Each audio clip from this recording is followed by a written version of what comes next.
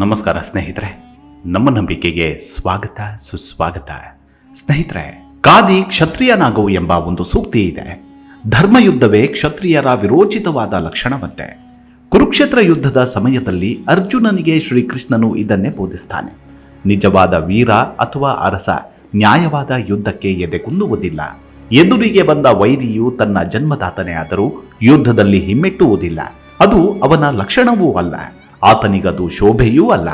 ಅಣ್ಣ ತಮ್ಮಂದಿರ ನಡುವೆ, ಅದು ದಾಯಾದಿಗಳಲ್ಲೇ ನಡೆದ ಕಾಳಗವೇ ಮಹಾಭಾರತ ಯುದ್ಧವೆಂದು ನಾವು ತಿಳಿದಿದ್ದೇವೆ. ಹಾಗೆಯೇ ನಮ್ಮ ಪುರಾಣದೊಳಗೆ ಅಪ್ಪ ಮಕ್ಕಳ ಮಧ್ಯೆ ನಡೆದ ಯುದ್ಧ ರಾಮಾಯಣದಲ್ಲೂ ಮಹಾಭಾರತದೊಳಗೂ ಕಾಣುತ್ತೆ. ಇಂತಹ ಒಂದು ದುಷ್ಟಾಂತ ಬಬ್ರುವಾಹನನ ಕಥೆಯಿಂದ ತಿಳಿದು ಬರುತ್ತೆ. ಬನ್ನಿ, ಹಾಗಿದ್ರೆ ಇವತ್ತಿನ ಸಂಚಿಕೆಯಲ್ಲಿ ಬಬ್ರುವಾಹನನ ಕುರಿತಾದ ಕುತೂಹಲ ಭರಿತ ಕಥೆಯನ್ನ ತಿಳಿತಾ ಹೋಗೋಣ. ಅದಕ್ಕೂ ಮುನ್ನ ನಮ್ಮ ನಂಬಿಕೆಗೆ ನಿಮ್ಮ ಬೆಂಬಲವಿರಲಿ. ಸ್ನೇಹಿತರೆ, ಮಣಿಪುರ ಎಂಬ ರಾಜ್ಯದಲ್ಲಿ ಪ್ರವೀರ ಎಂಬ ರಾಜನಿದ್ದ. ಆತನ ಮಗಳಾದ ಚಿತ್ರಾಂಗದೆ ಹಾಗೂ ಮಧ್ಯಮ ಪಾಂಡವನಾದ ಅರ್ಜುನನ ಮಗನೇ ಬಬ್ರುವಾಹನ. ಅರ್ಜುನ ಚಿತ್ರಾಂಗದೆಯರು ಪತಿ ಪತ್ನಿಯರಾದುದು ಹೇಗೆ ಅಂದ್ರೆ ಅದು ಒಂದು ಕುತೂಹಲಕಾರಿ ಕಥೆ. ಪಾಂಡವರೈವರ ಪತ್ನಿ ದ್ರೌಪದಿ, ಅದು ನಮಗೆಲ್ಲ ತಿಳಿದ ವಿಚಾರ. ಅವರ ವನವಾಸ ಕಾಲದಲ್ಲಿ ನಡೆದ ಸ್ವಯಂವರ ಪಣದಲ್ಲಿ ಅರ್ಜುನನೊಬ್ಬನೇ ದ್ರೌಪದಿಯನ್ನ ಗೆದ್ದು ತಂದರು. ಗೆದ್ದು ತಂದೆನೆಂಬ ಸಂತೋಷ ತಾಯಿಗೆ ವ್ಯಕ್ತಪಡಿಸಿದಾಗ ವಸ್ತು ಯಾವುದೆಂದು ಅರಿಯದ ಕುಂತಿ ಐವರು ಹಂಚಿಕೊಳ್ಳಿ ಎಂಬುದಾಗಿ ತಿಳಿಸ್ತಾಳೆ.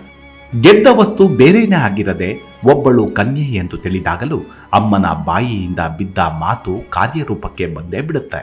ಈ ಸಂದಿಗ್ಧ ಸ್ಥಿತಿಯಲ್ಲಿ ವೇದವ್ಯಾಸರು ಬಂದು, ದ್ರೌಪದಿಯು ಪಾಂಡವರೈವರಿಗೆ ಪತ್ನಿಯೇನೋ ಹೌದು, ಆದರೆ ಆ ದಾಂಪತ್ಯದಲ್ಲಿ ಒಂದು ನಿಯಮಿಕೆ ಬೇಕು. ಒಬ್ಬೊಬ್ಬರು ಒಂದೊಂದು ವರ್ಷದಂತೆ ದಾಂಪತ್ಯ ನಡೆಸಬೇಕು. ಅಂತಹ ಸಮಯದಲ್ಲಿ ಇನ್ನುಳಿದ 4ರಲ್ಲಿ ಯಾರಾದರೂ ಮಧ್ಯ ಪ್ರವೇಶಿಸಿದರೆ ಅಥವಾ ವೀಕ್ಷಿಸಿದರೆ ಅವರು 1 ವರ್ಷ ತೀರ್ಥಯಾತ್ರೆ ಮಾಡಿ ಬರಬೇಕೆಂದು ನಿಯಮಿಸಿ ಈ ಷರತ್ತಿಗೆ ಒಪ್ಪುತ್ತಾರೆ. ಹೀಗಿರಲು ಒಂದು ದಿನ ರಾತ್ರಿ ಬ್ರಾಹ್ಮಣರ ಅಗ್ರಹಾರಕ್ಕೆ ಕಳ್ಳರು ಪ್ರವೇಶಿಸುತ್ತಾರೆ. ಬ್ರಾಹ್ಮಣರನ್ನ ರಕ್ಷಿಸುವುದಕ್ಕಾಗಿ ಅರ್ಜುನನು ತನ್ನ ಶಸ್ತ್ರಾಸ್ತ್ರ ತರಲು ಹೋಗ್ತಾನೆ. ಅದು ಧರ್ಮಜ ದ್ರೌಪದಿ ಮಲಗಿದ ಕೊಠಡಿಯೊಳಗೆ ಇದೆ ಎಂದು ತಿಳಿದರೂ ಕೂಡ ತಾನು ಬ್ರಾಹ್ಮಣರಿಗೆ ರಕ್ಷಣೆ ಒದಗಿಸುವುದು ಆದ್ಯ ಕರ್ತವ್ಯವೆಂದು ಅರ್ಜುನನು ಪ್ರವೇಶಿಸಿ ಕಳ್ಳರನ್ನ ಬಡಿದೋಡಿಸುವ ಕೆಲಸ ಮಾಡ್ತಾನೆ. ಅಣ್ಣ ಮತ್ತು ದ್ರೌಪದಿಯ ಕೋಣೆಯೊಳಗೆ ಪ್ರವೇಶಿಸಿದ ಪಾಪ ಪರಿಹಾರಕ್ಕಾಗಿ ತೀರ್ಥಯಾತ್ರೆ ಕೈಗೊಳ್ತಾನೆ. ಈ ತೀರ್ಥಯಾತ್ರೆ ಸಂದರ್ಭದಲ್ಲಿ ಮಣಿಪುರವನ್ನು ಪ್ರವೇಶಿಸ್ತಾನೆ. ಅಲ್ಲಿ ಚಿತ್ರಾಂಗದೆ ಅರ್ಜುನನನ್ನ ಮೋಹಿಸಿ ಇಬ್ಬರು ವಿವಾಹವಾಗ್ತಾರೆ. ಅಲ್ಲಿ ಕೆಲ ದಿನ ಚಿತ್ರಾಂಗದೆಯೊಂದಿಗೆ ತಂಗಿದ್ದ ಫಲವಾಗಿ ಚಿತ್ರಾಂಗದೆ ಗರ್ಭವತಿಯಾಗ್ತಾಳೆ. ಮುಂದೆ ಬಬ್ರುವಾಹನ ಜನಿಸ್ತಾನೆ. ಆ ರಾಜನಿಗೆ ಗಂಡು ಮಕ್ಕಳಿಲ್ಲವಾದ್ದರಿಂದ ಕ್ರಮೇಣ ಬಬ್ರುವಾಹನನೇ ರಾಜನಾಗ್ತಾನೆ.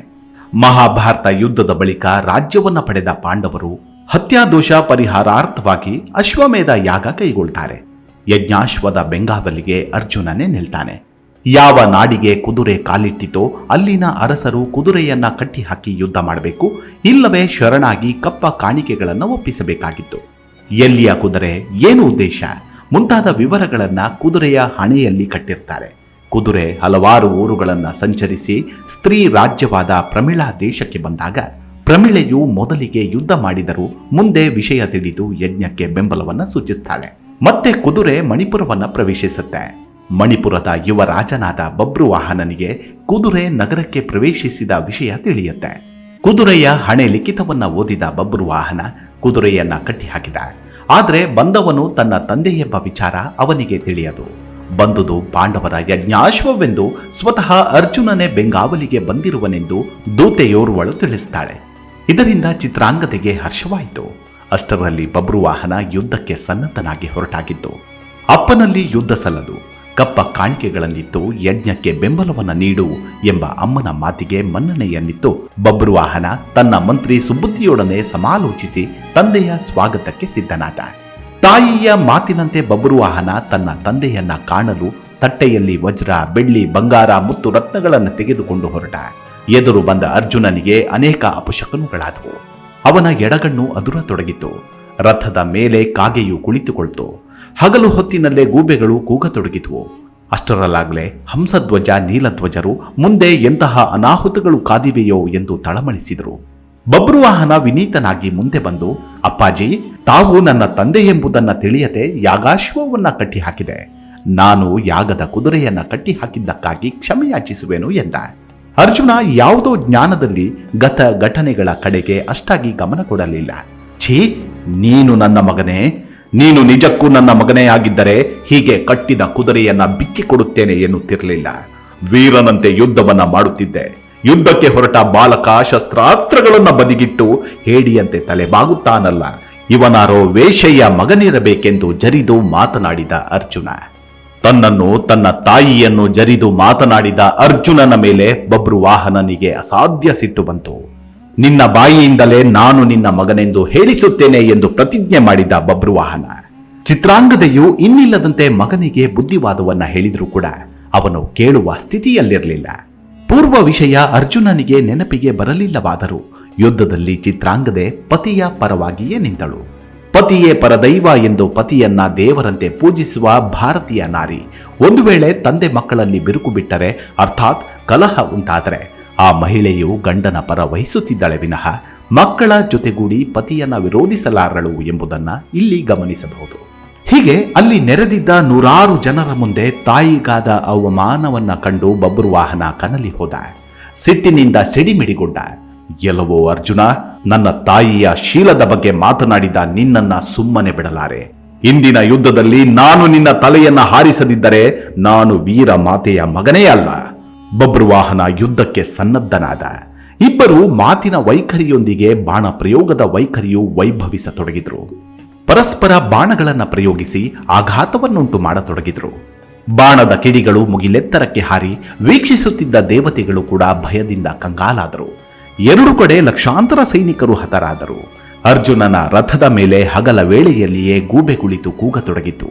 ರಣಹದ್ದುಗಳು ಸಮರಾಂಗಣದ ಯುದ್ಧಗಲಕ್ಕೂ ಹಾರಾಡತೊಡಗಿದವು.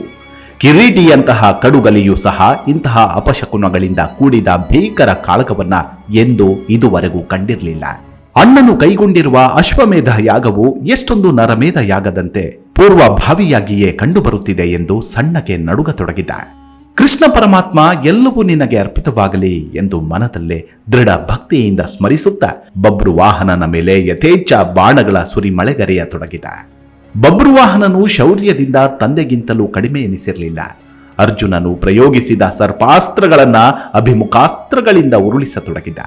ಕೊನೆಯ ಘಳಿಗೆಯಲ್ಲಿ ರೋಷದಿಂದ ಕಡುವೈರಿಯಾದ ಸರ್ಪಾಸ್ತ್ರ ಈಗ ಕರ್ಣನು ಪ್ರಯೋಗಿಸಿದಾಗ ಮೋಸ ಹೋದಂತೆ ಹೋಗದೆ ಎಚ್ಚರಿಕೆಯಿಂದ ಅವನ ತಲೆಯನ್ನ ಹಾರಿಸಿತು.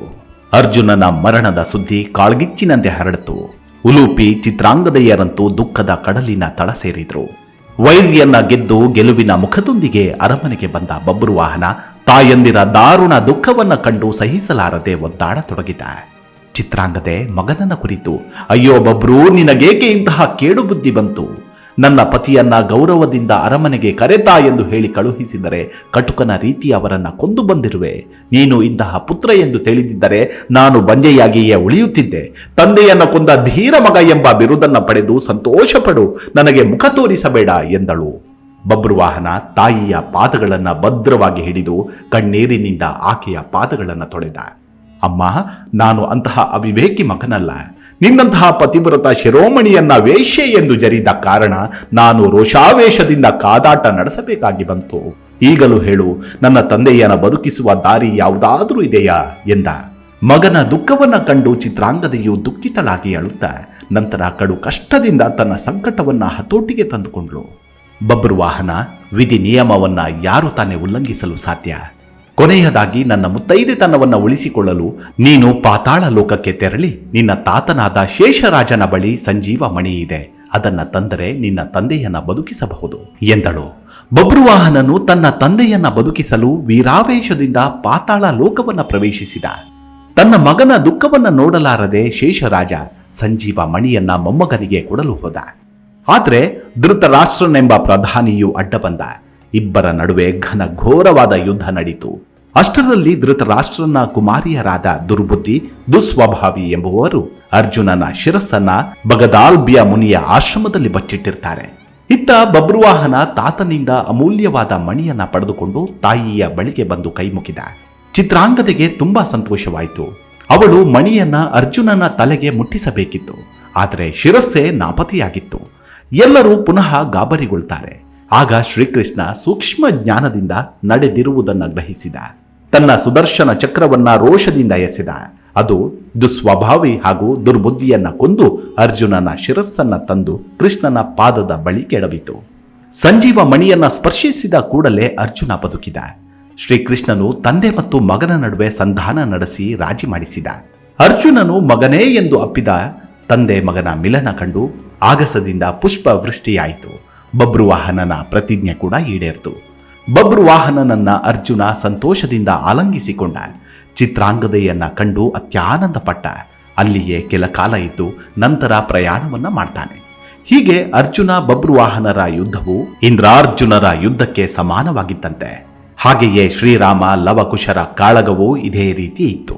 ಹೀಗೆ ಅಪ್ಪ ಮಕ್ಕಳ ಕಾದಾಟ ನಮ್ಮ ಪುರಾಣ ಕಥೆಗಳಲ್ಲೂ ಕೂಡ ಕಾಣಸಿಗುತ್ತೆ. ಈ ಎಲ್ಲಾ ಸಂದರ್ಭಗಳಲ್ಲೂ ಅವರು ತಮ್ಮ ಸಂಬಂಧ ತಿಳಿಯದೆ ತಮ್ಮ ತಮ್ಮ ಕರ್ತವ್ಯ ಅಂದ್ರೆ ಕ್ಷತ್ರಿಯ ಧರ್ಮ ಪರಿಪಾಲಿಸ್ತಾರೆ. ಮಿಂಚು ಗುಡುಗು ಮಳೆ ಬಡಿದು ಕೆಲವೇ ಕ್ಷಣಗಳಲ್ಲಿ ಇಳೆ ತಂಪಾಗುವಂತೆ ಅಪ್ಪ ಮಕ್ಕಳ ಕಾದಾಟವು ಸುಸೂತ್ರವಾಗಿತ್ತು. ಮುಂದಿನ ಸಂಚಿಕೆಯಲ್ಲಿ ಮತ್ತೆ ಸಿಗೋಣ. ಅಲ್ಲಿವರೆಗೂ ನಿಮ್ಮ ಆರೋಗ್ಯದ ಕಡೆ ಗಮನವಿರಲಿ. Take care. ನಮಸ್ಕಾರ.